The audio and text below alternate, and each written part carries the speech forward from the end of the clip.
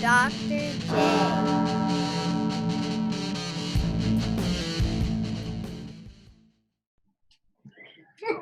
Dennis or the devil? Well, I think he lied because he was trying to keep me calm. I love how you pick up the dirty clothes and just throw it on the... Well, it's not going to be on the episode anyway. You know. They lie all the time. They lie about everything. Yeah. No, I'll take care of those later. Jacob's chore is laundry. Ah, That's one of his jobs. yeah. And I did a little... Well, I can talk about that during the episode, about parenting. Well, we've already done the parenting episode. Yeah, but this is a follow-up. Oh, okay. I told my 8-year-old that if every time he leaves the bathroom light on, it costs $1. I told him this the day before yesterday. He hasn't left the bathroom light on since.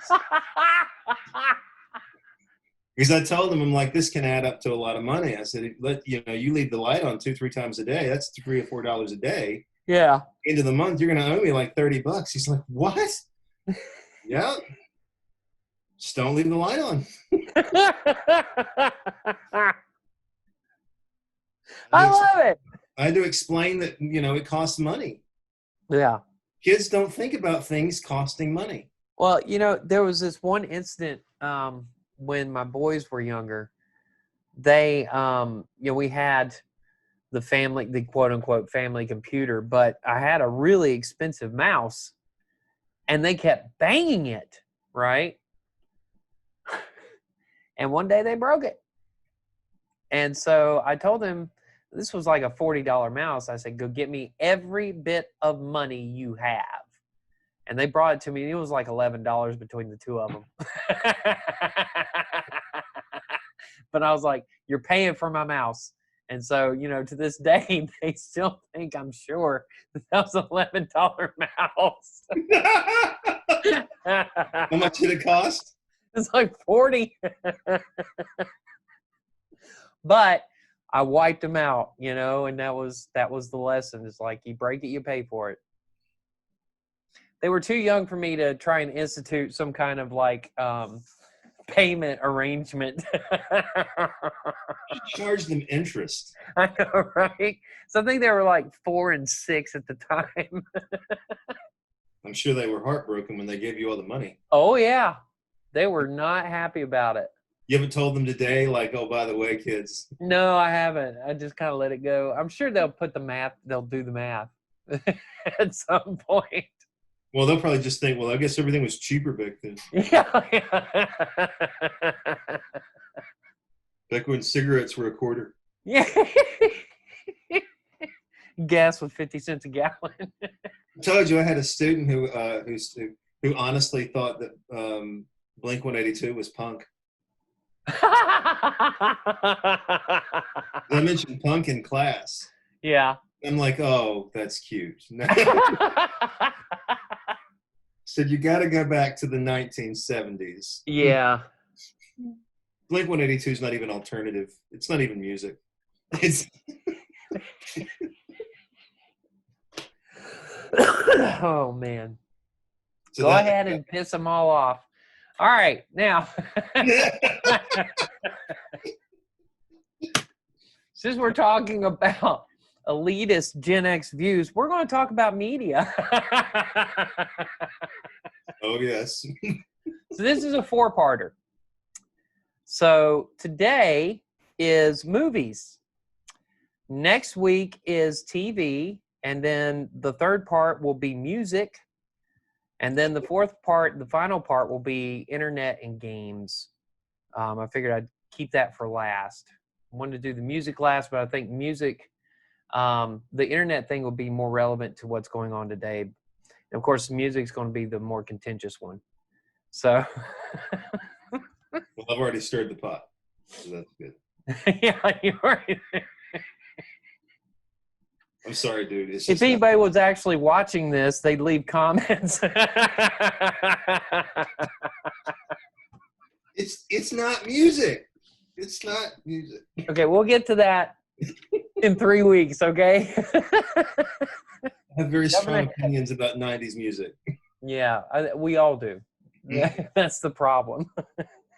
I think it's because it's the last good music, Yes. you know? Especially What do you mean? 91 to 94. What about Lady Gaga? Oh. Anyway, all right. So today is movies, and just to let the viewer know what we're going to be, how I set this up. When I sent you the original text, I told you think about movies that have influenced us as a generation. And what was the first one you shot back was Reality Bites, which I think is that's kind of like the go-to. I as soon as you did that, I was like, damn it. Well, Because it is kind of the go-to. That one and Dazed and Confused, which is the one that I responded with. You know, don't forget Dazed and Confused. Because they are kind of the go-tos when we're talking about that. But I think the reality is, and this is what I was trying to point out with my other responses, we also have to think of things like Big and Goonies yeah. and Indiana Jones. huh? Indiana Jones. Oh yeah. Well, especially the first two, you know, Raiders of the Lost Ark and Temple of Doom and Star Wars. Yes. And there's just, you know, when in text messages from the living room, in one of the the very first episode, we talked about, you know, my desire to own a ferret, that it doesn't look like, unless I'm an old, alone miser, I'm never going to own a ferret. But she asked me, where'd you get that from? And do you remember the movie Beastmaster? Oh, God. Do you remember that? I remember it. Yeah. And that's where I started my fascination with ferrets, when I was a kid and I saw that damn movie. Of course, I didn't want a black tiger, but Well, I think you have to distinguish between. I think you have to distinguish between movies that influenced us and movies that diagnose us. yeah. Because movies like Breakfast Club, Yeah. Dazed and Confused, Reality Bites, they whether or not I think you could make a claim that Dazed and Confused influenced us. Yeah. But I think Reality Bites spoke to us. Yeah. Because it was who we were. Mm-hmm. It came out. It came out my first year in college, and I watched it around my junior year in college. Yeah. And I remember being shocked by it and thinking, "This is my life. This speaks to who I actually am in some pretty significant ways." But things like Indiana Jones actually probably influence our cinematic taste. Yeah. Whereas I don't think Reality Bites. So I mean, I chose Reality Bites because it's an obvious Gen X movie. Yeah. You're asking for a movie that influences the generation. I think a movie like Reality Bites is hard to talk about because it comes late. But then you also have Breakfast Club, which is kind of what's interesting. And I hadn't even thought about Breakfast Club, but as soon as you said that, I was like, oh yeah. But what's interesting about the Brat Pack movies as a whole, the older Gen Xers and the younger Gen Xers were impacted by those movies in different ways.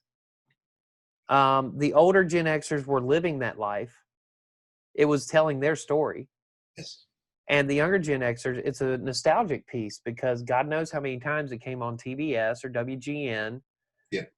You know, while we were growing up. And so, and just watch them over and over and over. I remember I was in probably my early 20s before I saw a non-edited for TV version of St. Elmo's Fire. Oh. You know, and it was just like, wow, this is a completely different movie now. Footloose. Footloose.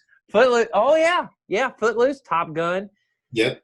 It's funny because Lauren and I were sitting there one night in bed, and we were talking about movies, and I said, "Have you seen this one?" And I ran down like all the staple 1980s movies, and she'd only seen like a couple of them. She had never seen Dirty Dancing. Oh And I my was like, God. and I'm like, how are you a girl and you've never seen Dirty Dancing? That's like the chick flick, It is. you know? It And is. so we watched that. She'd never seen Footloose. We watched that. She'd never seen Top Gun. We watched that. Going into Top Gun, she's like, I always heard this is a boy movie. I'm like, it is a boy movie, but you got to see it because it's awesome. Did she cry when Goose died? Yes, she did.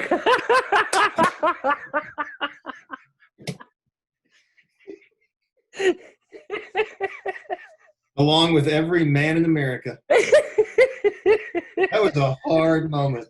That was a hard moment.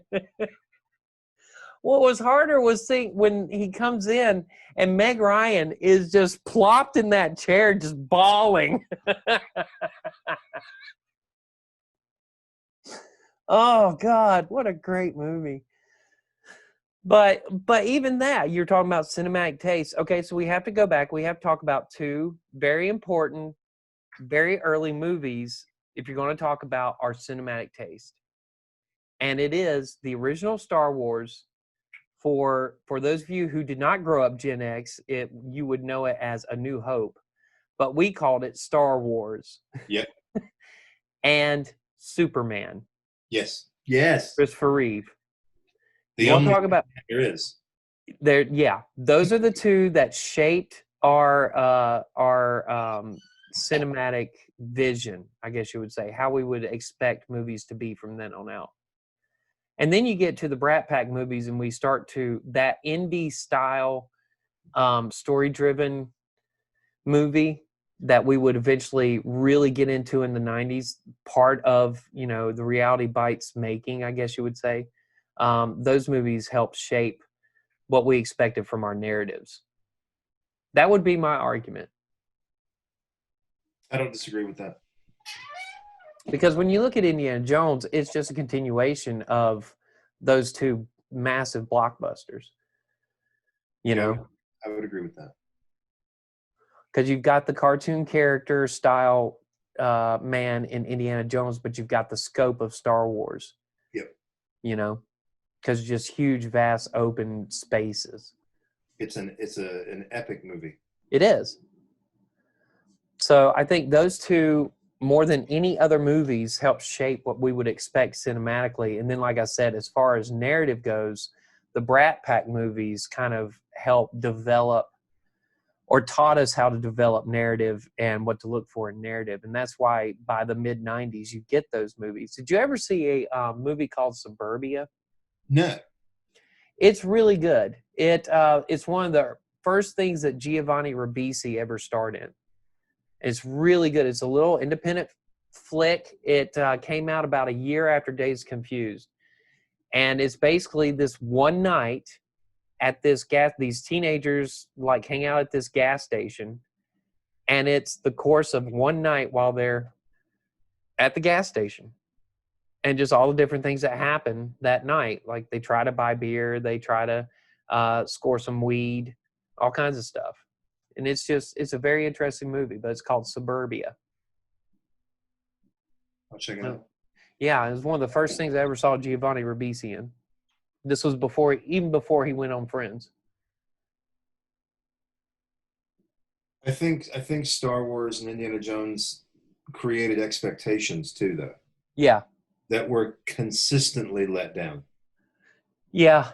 Because after those, and Superman too, after those, what are you going to do next? Right.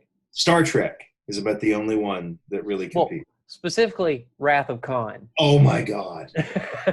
Because the first Star Trek sucks. Yeah.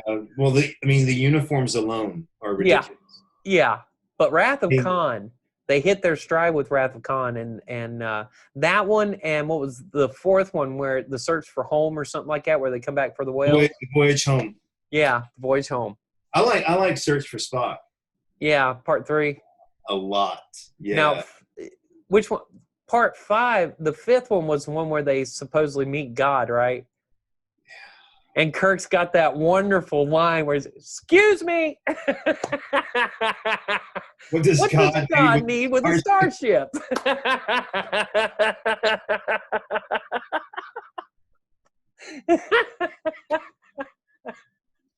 You think maybe these movies influenced our sense of humor? Absolutely.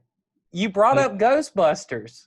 Oh, I mean, and I don't want to say okay, so generationally, I really don't know if you could take a litmus test to see how much that movie has permeated the way we talk to each other. oh, Ghostbusters? Yeah, but I think it's massive.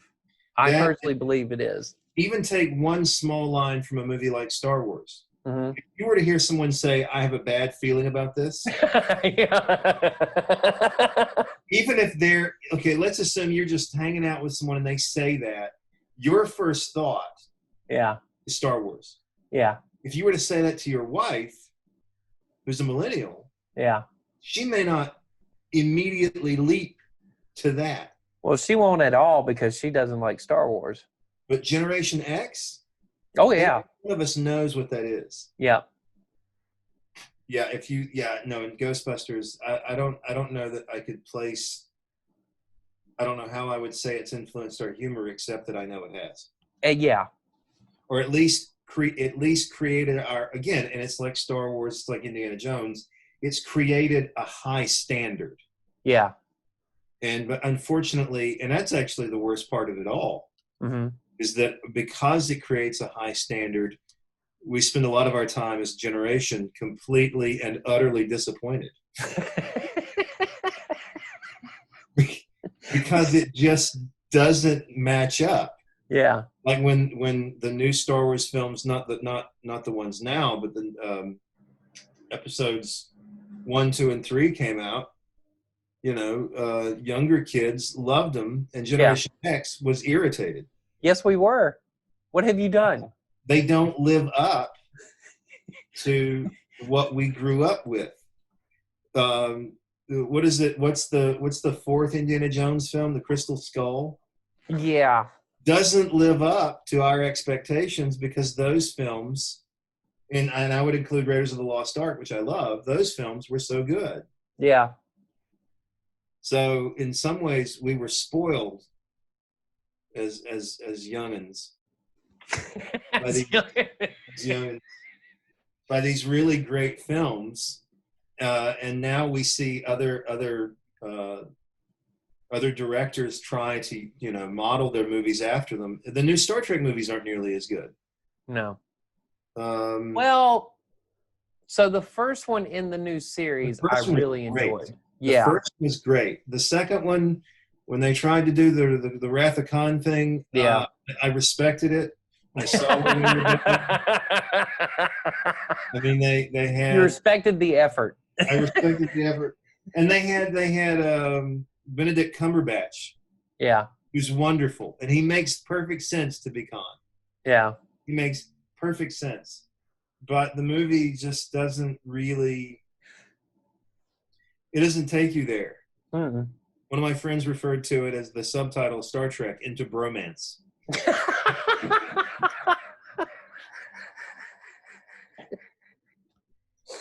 I think had we not had The Wrath of Khan, we would have liked those movies a lot more. Yeah. If I keep looking down, it's because my dog is trying to get my attention. I know. I noticed she keeps circling. And we forgot about one other crucial one, Back to the Future. That influences our sense of humor too. It does. It does. That one has an impact on our sense of humor.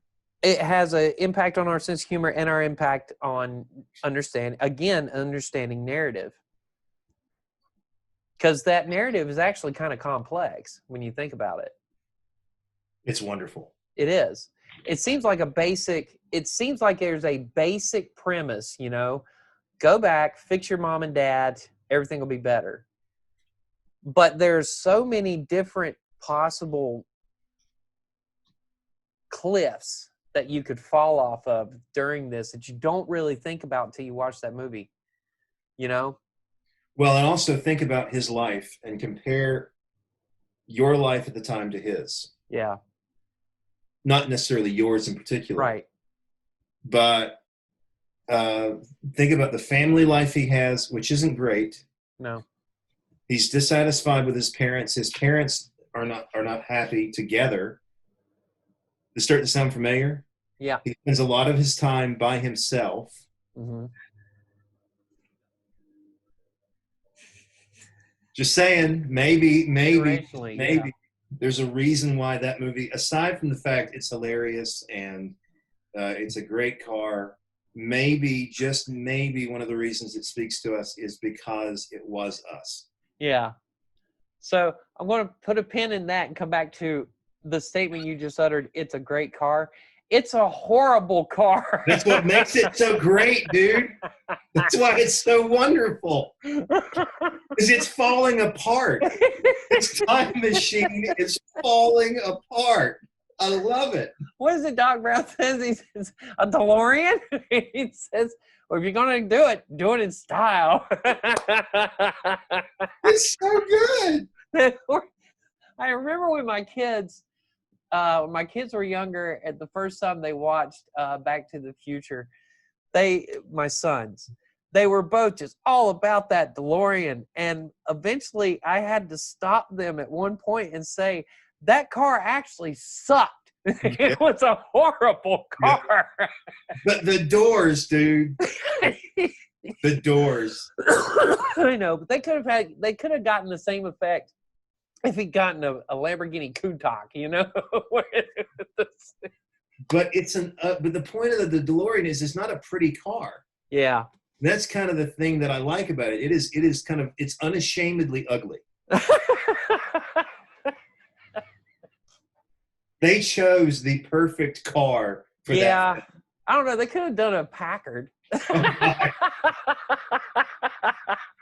Or a Pinto. An Edsel. Yeah. No, an AMC Gremlin. We were watching something the other day. I can't remember what it was, but somebody's in a Gremlin. They pull up and they come in the house and they're like, come on, let's go. We'll take my car. And they walk out and the guy looks at it and says, a Gremlin? And the other dude turns around like, yeah, isn't it badass?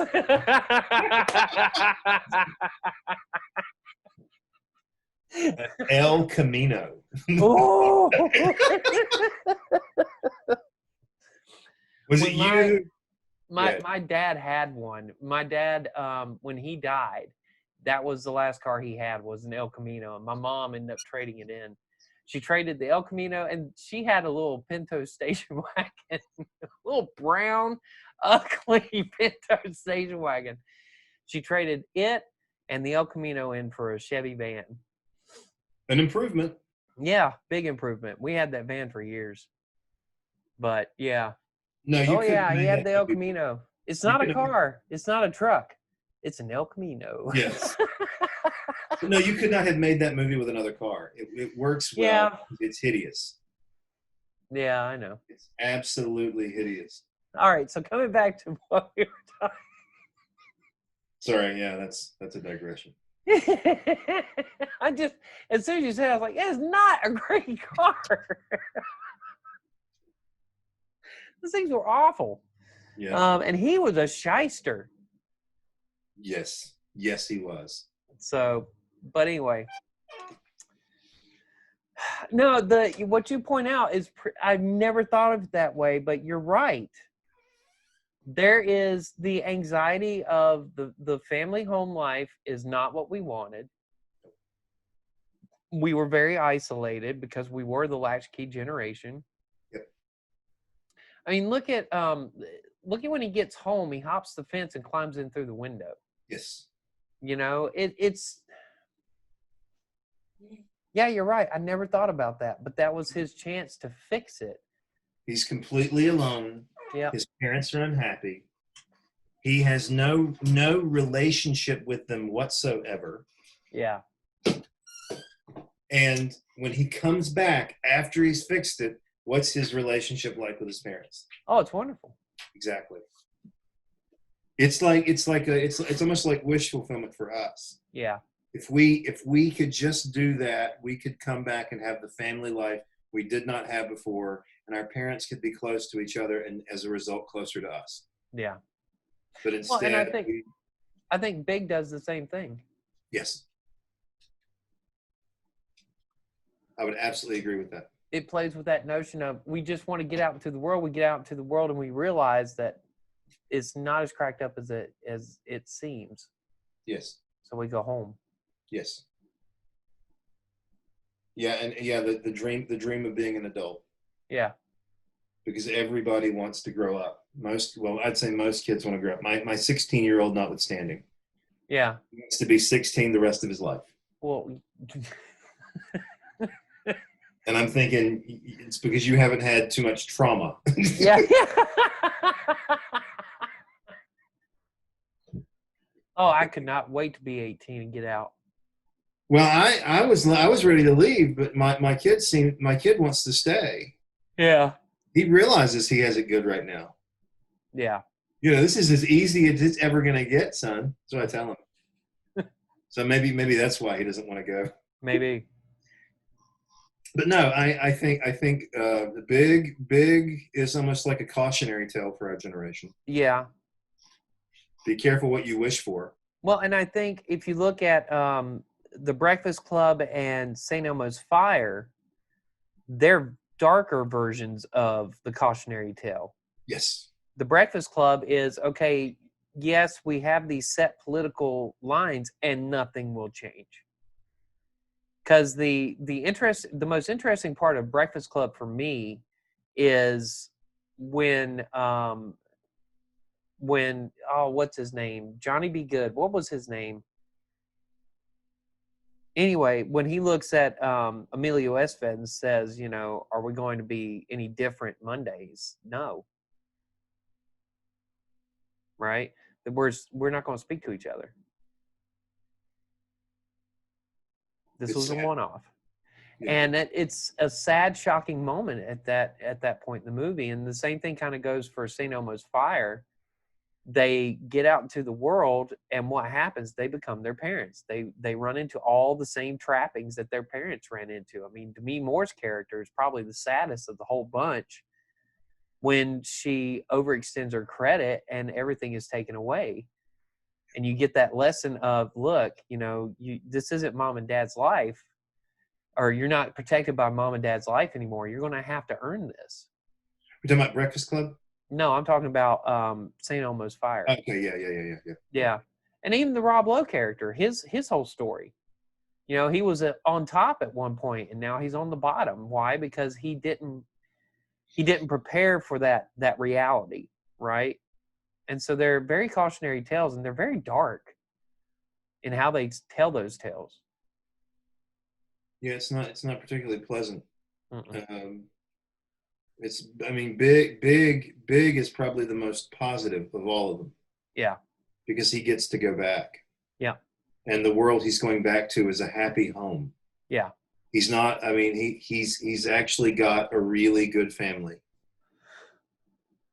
Whereas in the other thing that makes Breakfast Club so good is that they're able to if you're watching that film, you can identify yourself as one of those characters. Yeah. And you know exactly which one you are. Mm-hmm. You don't have to think very hard. I've forgotten the names. Right. But I was a band geek, man. I was a nerd. Yeah. And I know exactly who my character is. Mm-hmm. And I think every kid in America who watched this film, every teenager who watched this film says, "Oh my God, this movie's about me." Well, yeah, it's about you and everybody else as well. Yeah. They just happen to peg every major category of teenager in high school. Yeah. And I think it speaks to us because of that. It's brilliant that they were able to, because you're talking about target audience. Yeah. They were able to grab everybody. Mm-hmm. And I don't know of many people our age who hate that movie. In fact, I have yet to meet anyone my age who hates that movie. Yeah, the only movies from that period that I've heard people go back on are 16 Candles and Pretty in Pink. Like they don't like them? Yeah. They've gone back because the PC culture has deemed a lot of the stuff that happens in those two movies inappropriate. So they backed off. Instead of just, yeah, they did some pretty racy shit in those movies. I mean, Weird Science is probably Oh God. the raciest of the racy films, right? That and Revenge of the Nerds. But you know what? Back then, they were hilarious. It was a different time. Porky's. Oh, Porky's, yes. God, I miss the Porky movies. Those were fantastic. And those were really inappropriate. Oh my God, yeah. They create very, very kind of hard and fast gender roles. Yep. They're extraordinarily politically incorrect. All of those movies played off stereotypes. Yes. You know, and it was an exploitation of those stereotypes. I mean, and you can go back to Animal House with that, because Animal House is nothing but one big stereotype, you know? But at the same time, if you let down your PC guard and just watch the movie to enjoy it, understanding you're not going to become that person, but you're watching this ridiculous notion of a story, they're hilarious. They're absolutely hilarious. I went back and watched European Vacation a couple of months ago. Ooh. Yeah, that one's bad, you know, but if you drop the PC stuff and just enjoy it for what it is, it's hilarious. It's one of the funniest damn movies ever made. Or the first one, American Vacation, where they put the dog on the bumper. Or they've got the dead ant in the car, and they just leave it on the cousin's porch. Oh my Lord. It's so funny. What about Ferris Bueller's Day Off? Oh yeah. That's a Gen X film. Yep. Definitely. And It's- everybody thinks they're Ferris Bueller. Well, yeah, and almost none of us is. No, not a single one of us. We're more like his buddy, the one with the car. I mean, I went to school every day. I didn't skip. I never thought I was. I mean, I like the idea of Ferris Bueller. Yeah. Still to this day, whenever I teach, but when I take attendance, if I've got a student, I'll say their name 4, 5, 6 times, and at the end just say Bueller. Bueller. I'm one kid in the class who laughs. Yeah. When I learned who the cool kids are. Yeah. I think Bueller. Bueller. Did you ever watch Win Ben Stein's Money? Yes. Oh God, that was so good. Yes, it was a great film. And then you find out his political and religious beliefs, and you're horrified for the rest of your life. He's a creationist, dude. That's all I'm gonna say. I know all about him. That was a great. I'm not talking about the man. I'm talking about the show. Yeah, the show was fantastic. Yeah. And he's smart. Trying to think of other movies. Risky Business. Yes. Oh. That Tom Cruise? That's Tom Cruise, but I'm thinking of oh shoot, what's her name? Olivia. Is it Olivia de Havilland? Is that her name? I don't know. She was in Three Musketeers. She played Kiefer Sutherland's love interest in Three Musketeers. Yeah, I don't remember her name. Oh, Lost Boys. The Lost Boys. All right. So then we also have the ones that kind of shaped us probably in a negative way, which would be like the Friday the 13th and the Nightmare on Elm Streets and did you ever watch The Howlings? No. Oh, American Werewolf in London. Okay, that movie made me afraid to walk outside. Like that film and some of the Jason. Okay, this is the worst decade to be named Jason. When I was.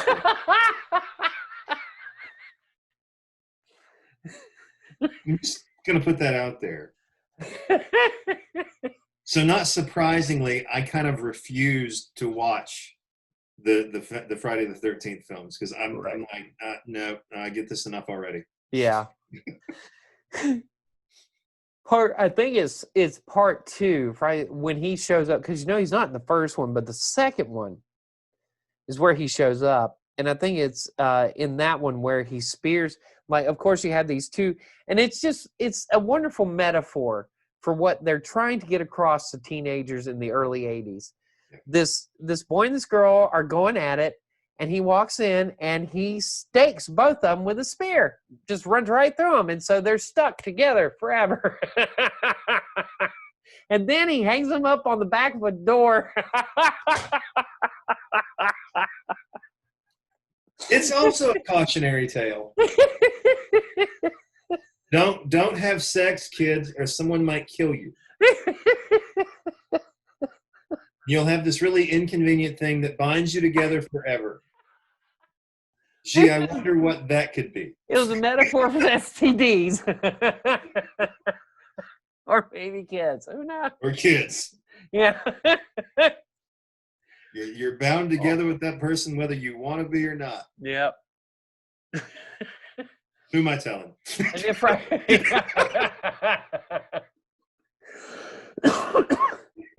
But then you have Friday the 13th. Or excuse me, Nightmare on Elm Street. Yeah. That's horrifying. That's horrifying. That was, and I think it was the first time that we had actually engaged with true psychological fear. Don't go to sleep. Don't go to sleep. Yeah. If you go to sleep, you die. I remember when I was I can't remember how old I was, but I had a nightmare about Freddy. And I remember how I got out of it was that I dreamed Megatron came in and stepped on him.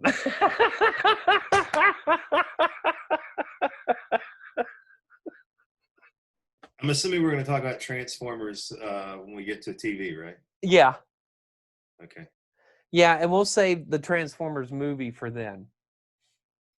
Because you can't talk about the Transformers movie without talking about the television show and vice versa. And then G.I. Joe, again, we'll talk about that. Yeah. And I remember the G.I. Joe movie, I don't think it was ever put out in the theaters. It was just a 4-parter. Yeah, showed on TV. Yep. Oh, it was so good. Yep. I loved that show. Anyway. Yeah. We might be off topic a little bit. Yo, Joe. Well, no, I've got my wife saying, whenever somebody says, well, now I know, my wife will now say, and knowing is half the battle.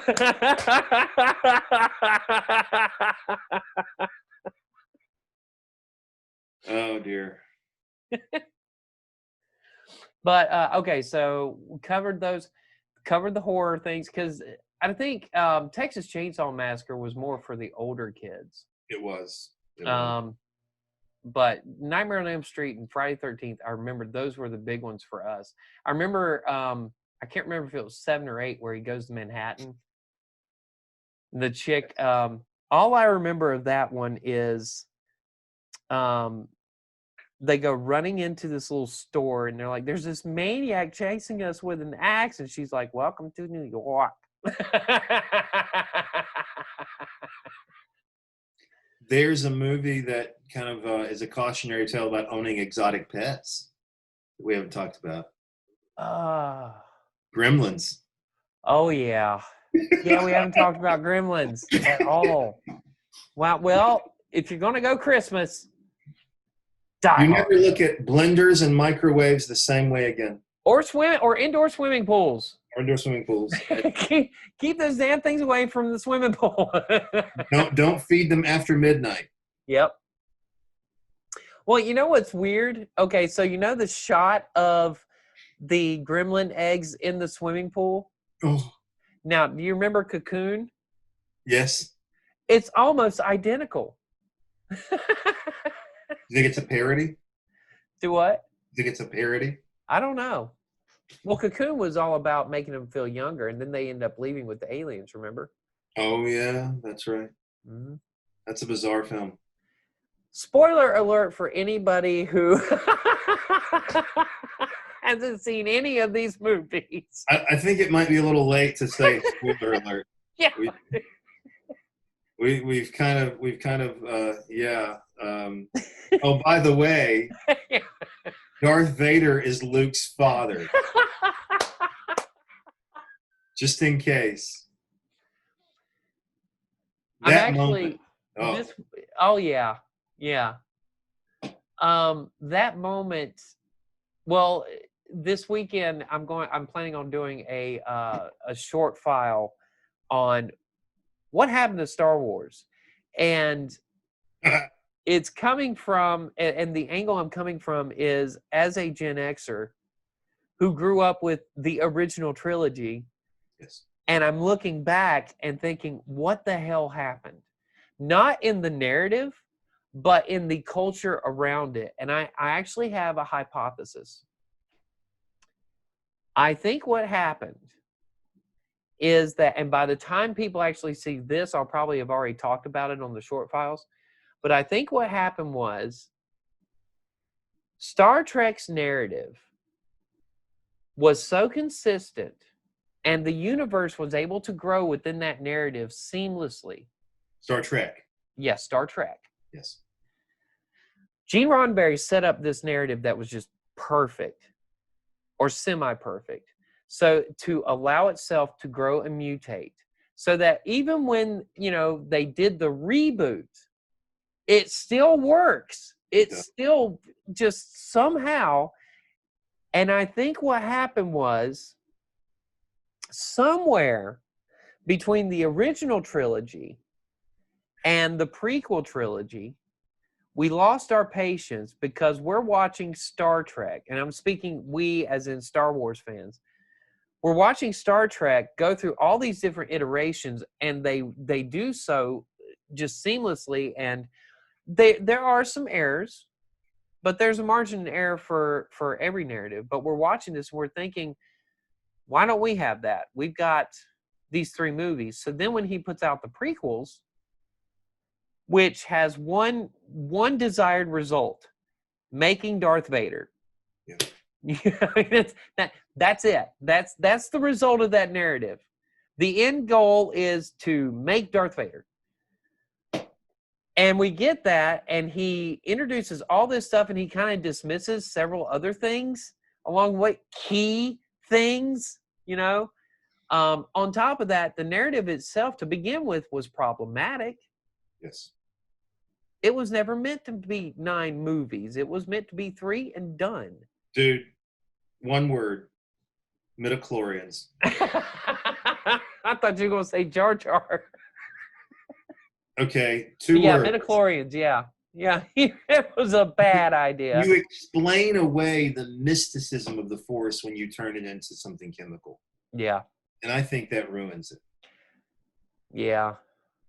And then to have this kid who's born of no father, gee, I wonder what reference they're making.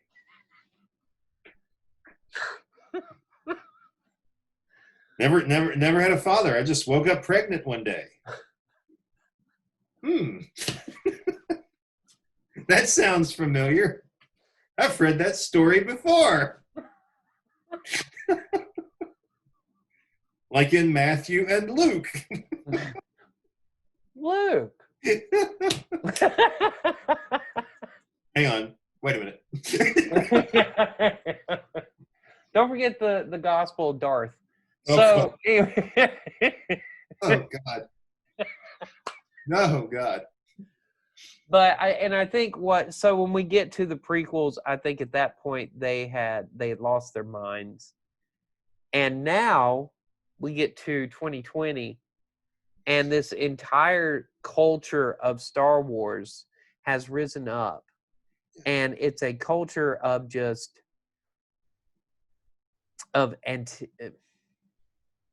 antagonistic reflexes to anything Star Wars, with the exception of Mandalorian, because they threw a Baby Yoda in there.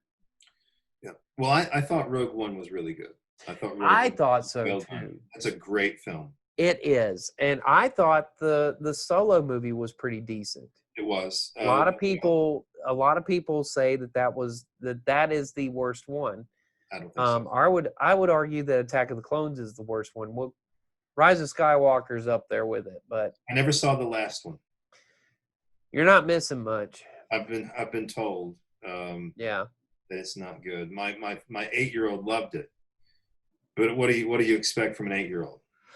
And that's the other problem. These movies are built for kids. They're not built for adults. No. This isn't Shrek.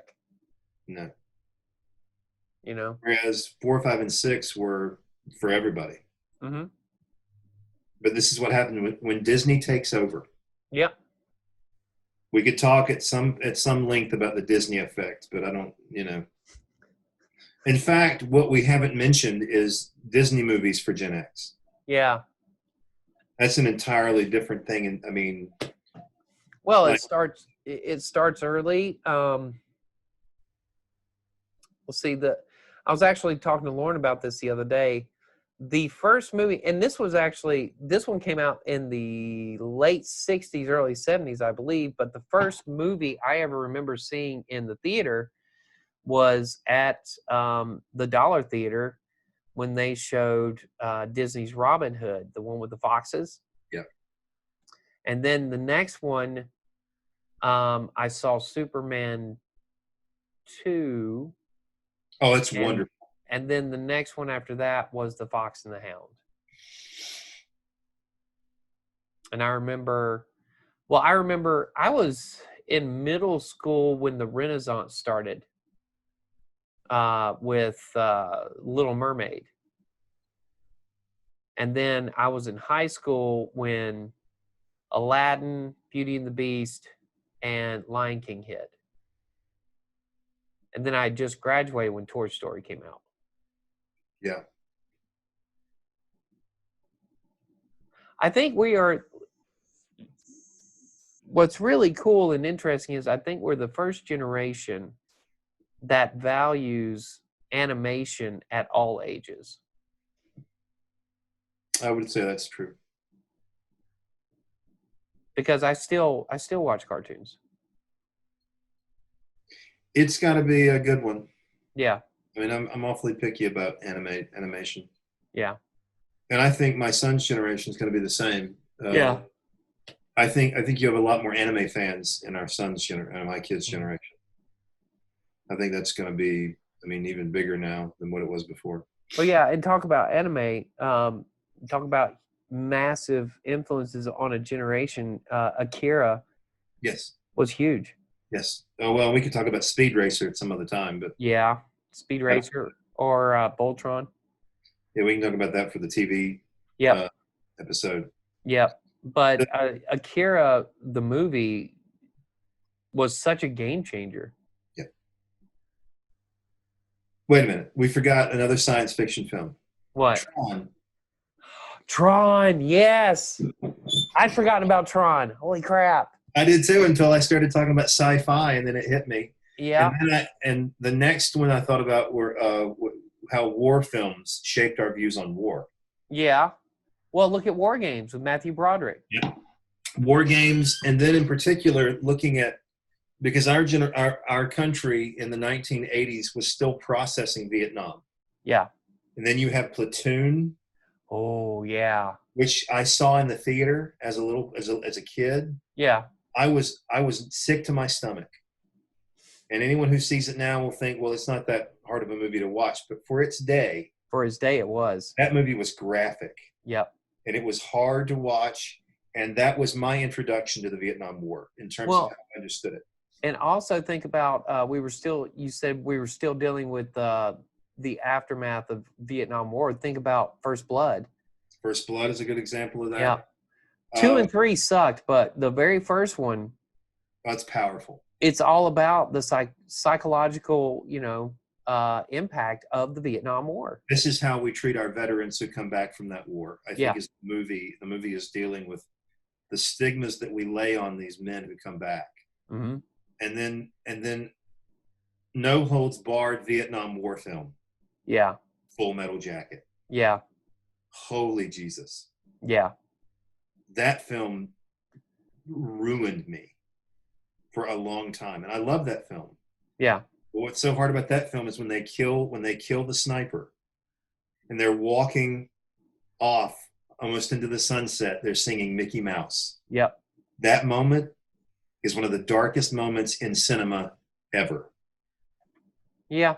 Because these are children. Yep. Which is the whole point of singing that song. That was the whole point, yeah. They're just kids.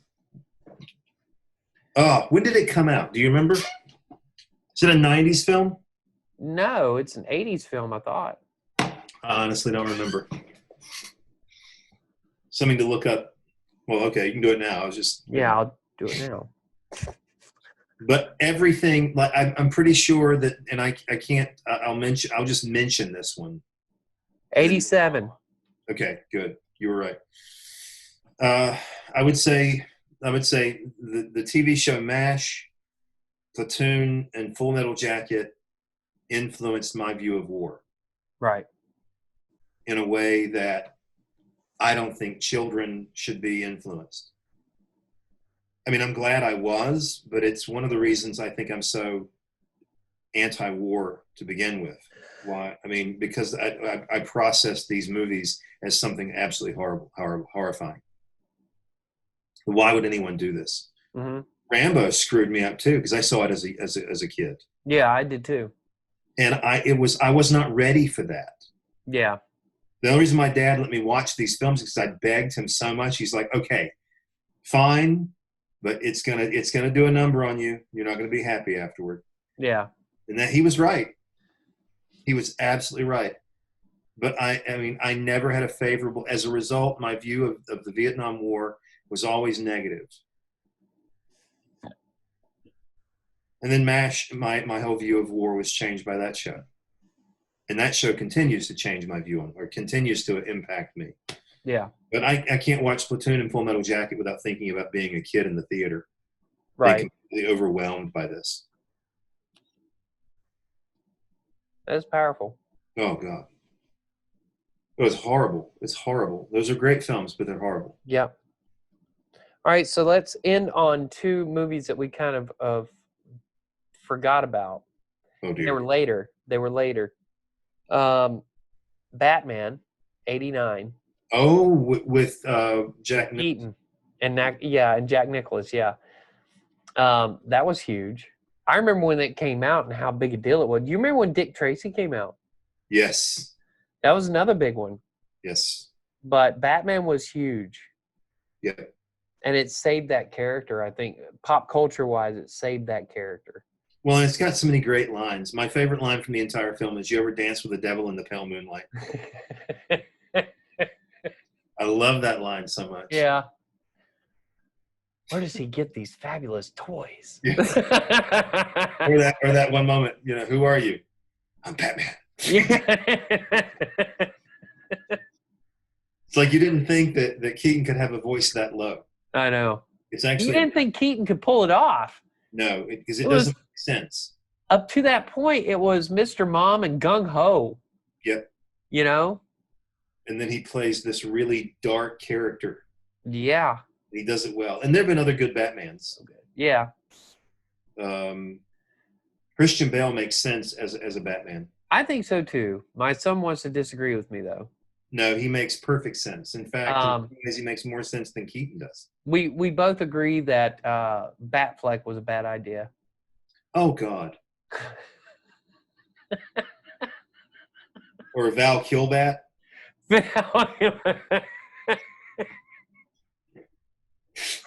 And he can act. It's just he didn't make sense as the character. You can.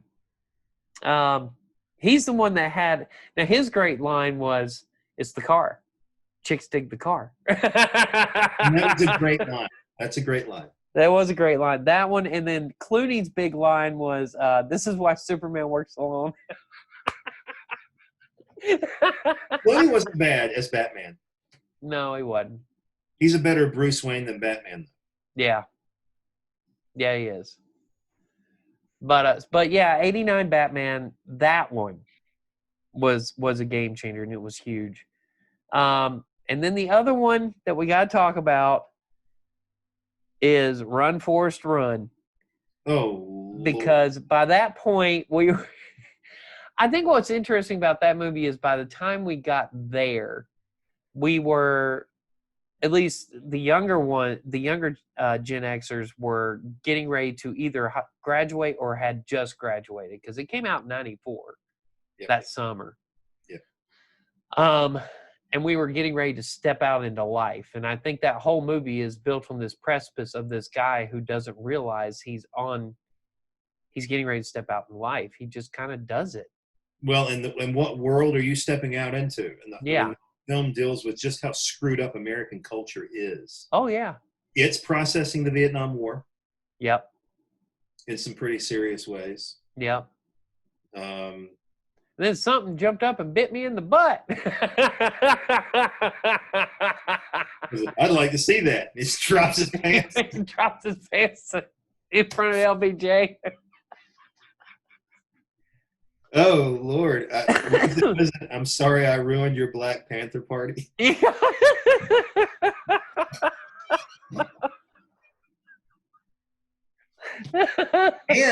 And I guess it happens, doesn't it? What's that? Shit. well, and the other thing it deals with is AIDS. Yeah. And our generation is the first. I mean, Gen X grew up with kids who had it, Yep. who were ostracized because of it. If Yep. you were to tell a kid my son's age now that you know someone who's got HIV, they're like, okay, that's cool. We'll save this for the next episode, but I'll just go ahead and drop it here. Real World San Francisco. Yep. That was a huge part of that. Yep. But yeah, you're right. Forrest deals with that, and he deals with it in such a Forrest Gump way that it's okay. It's another disease, and I will take care of you as best I can. It doesn't make sense to him. Yeah. It's a wonderful movie because it deals with the worst parts of our culture. Yeah. The nastiest, most contentious, ugliest parts of our culture. There's not a lot about Forrest Gump. The only thing that's positive about Forrest Gump is Forrest Gump. Yeah. Everybody else in the film is broken or manipulative. Lieutenant Dan is a great character. Yeah. The only other character who's as innocent as Forrest is Bubba. Mm-hmm. And he's just as innocent. Yeah. And those are the only two people in the entire movie who are happy. Because they are completely oblivious to just how screwed up the world is. Which is what everyone goes through before they go out into the world. Uh-huh. They have these hopes and dreams. They're idealistic. You know, the rule, what happened to my parents won't happen to me. I'm going to do things differently. You know, I'm a unique, special flower. And then you get into the world and it's like, nobody cares about me. A unique special flower. A unique special flower. You're never going to regret this, Ray. Everybody's got 3 mortgages these days. I'm ashamed that we didn't spend more time talking about that movie. I avoided it because I knew it would devolve into 45 minutes of us just recanting lines. Shh. Smell that?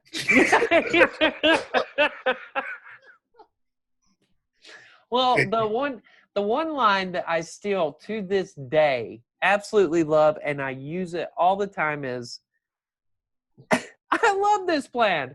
I'm excited to be a part of it. For me, it's whenever you in particular do something stupid, my first response to you is, what did you do, Ray?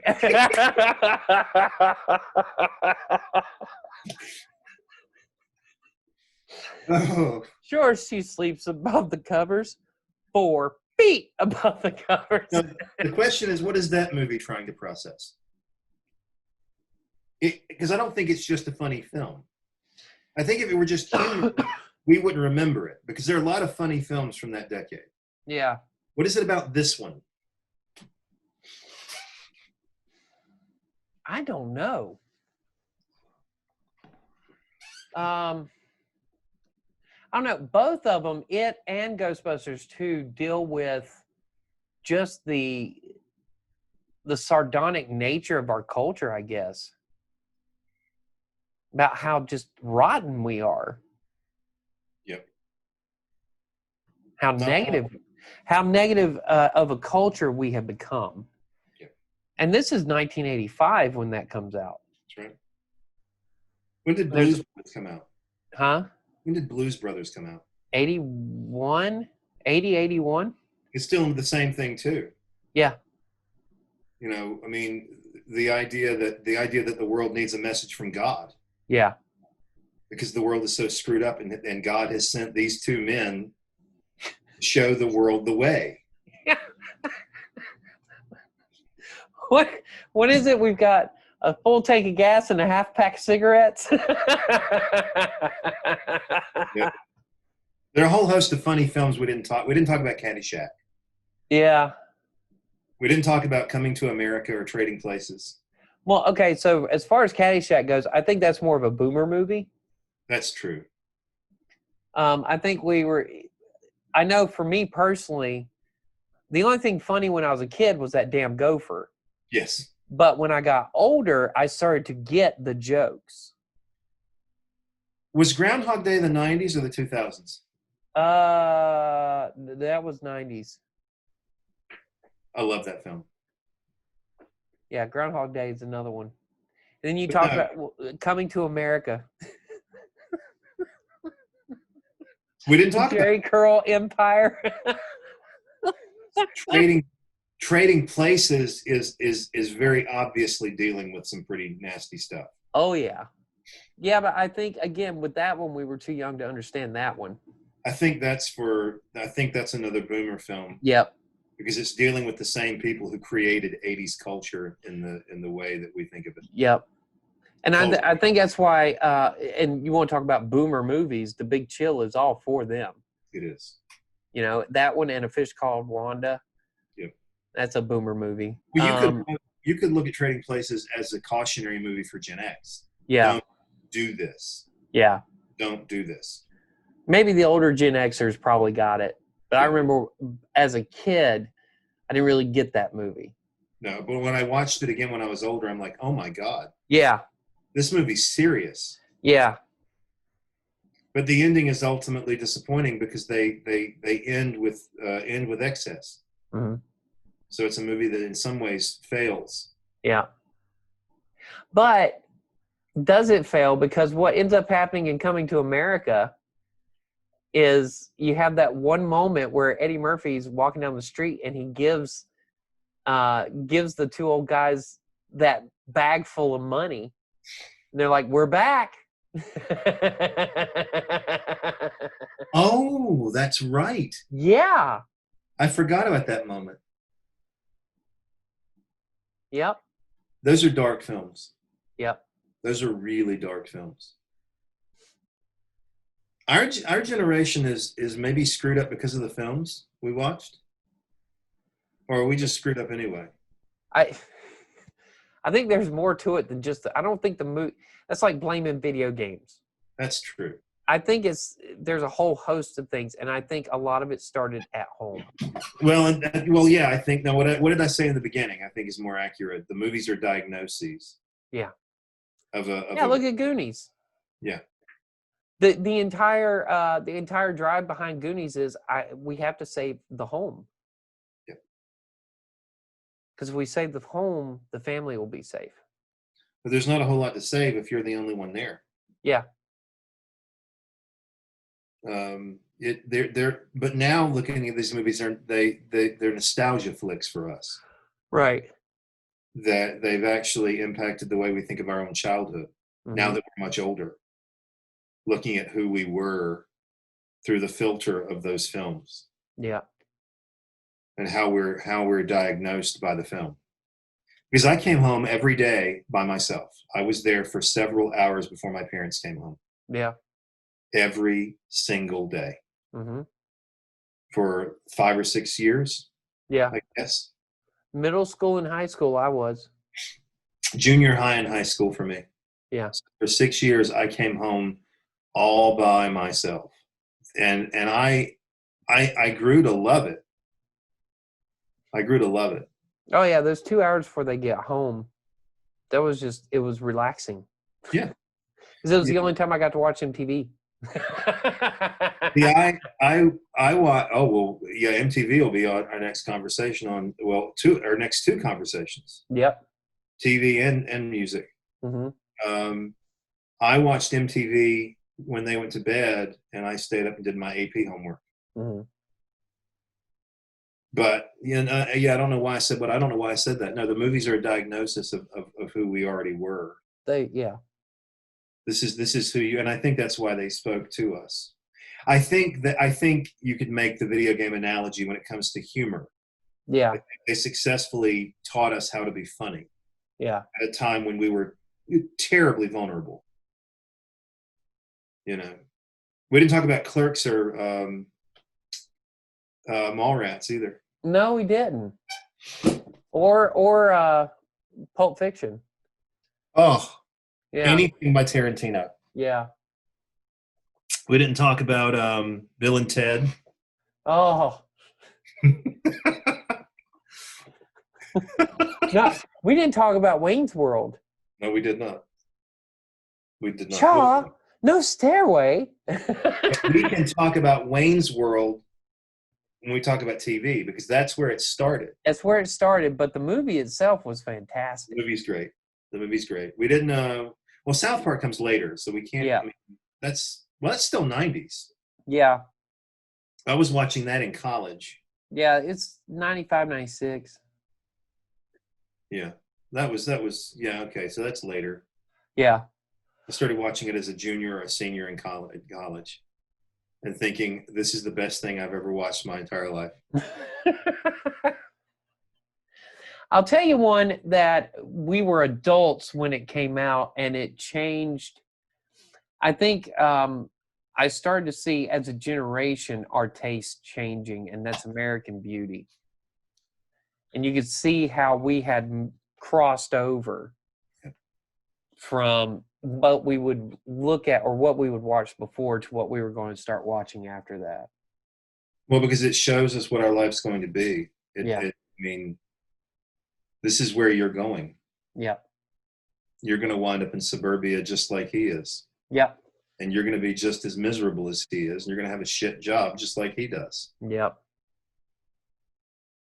Merry Christmas. Yeah, and it came.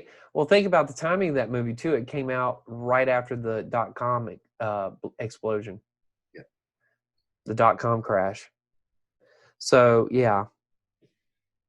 Well, I was trying to end on an upbeat note with Batman and Forrest Gump, and of course we travel down this road. Well, there's one more that you can end on a happy note. We didn't talk about A Christmas Story. Well, that's true. We didn't, and we didn't talk about the Muppets Or Home Alone. or Home Alone.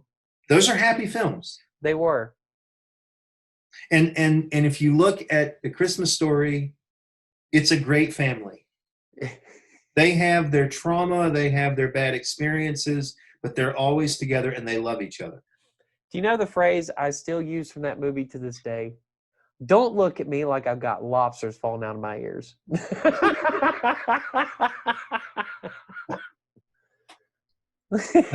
Sticking your tongue to the flagpole. Yeah. or another one I use with my kids is not a finger.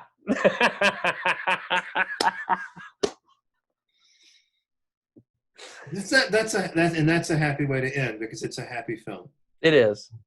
In fact, there's nothing about that film that's not innocent. Yeah. Fudge. Yeah. Oh, that's such a great. It puts the soap in his mouth. Yeah. I love how he talks about he'd become a connoisseur of different parts of soap.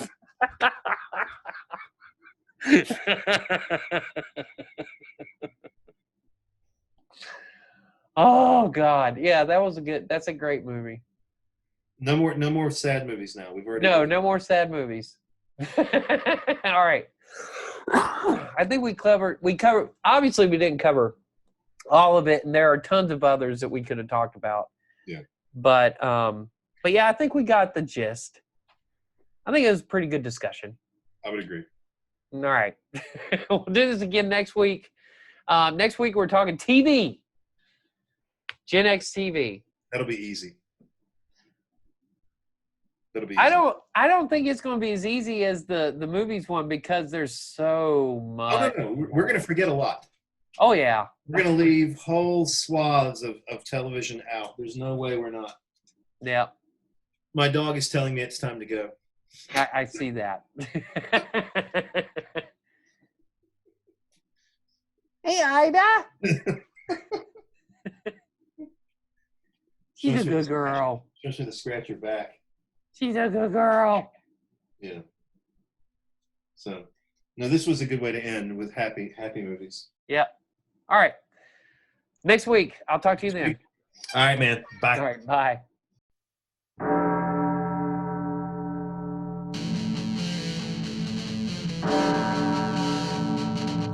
Now it's time for Dr. J.